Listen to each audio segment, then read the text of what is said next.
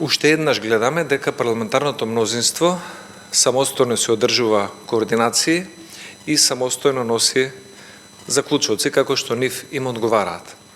Па така гледаме дека денес донесе некои заклучоци кои што ја промаршуваат суштината на барањето на пратениците од опозицијата.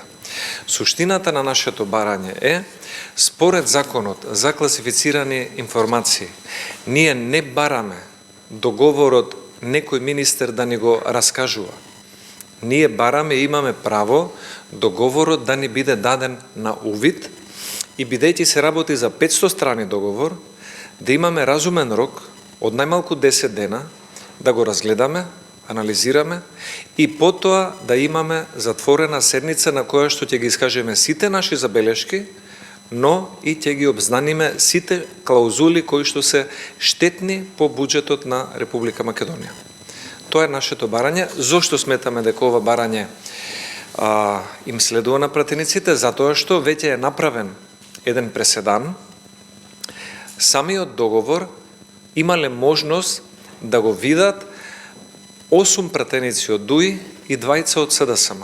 Тоа се оние кои што ги поднесле 8 закони за измени во собранието, поврзани со договорот за автопатите на Артан и Ковачевски, иако знаеме дека најмалку 2 пратеници од овие 8 немаат безбедносни сертификати.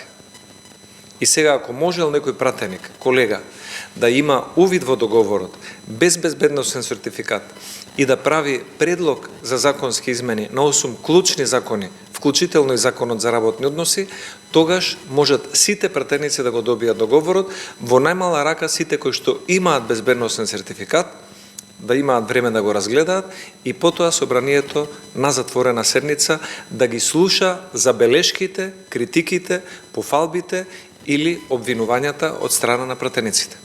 Тоа е нашето барање.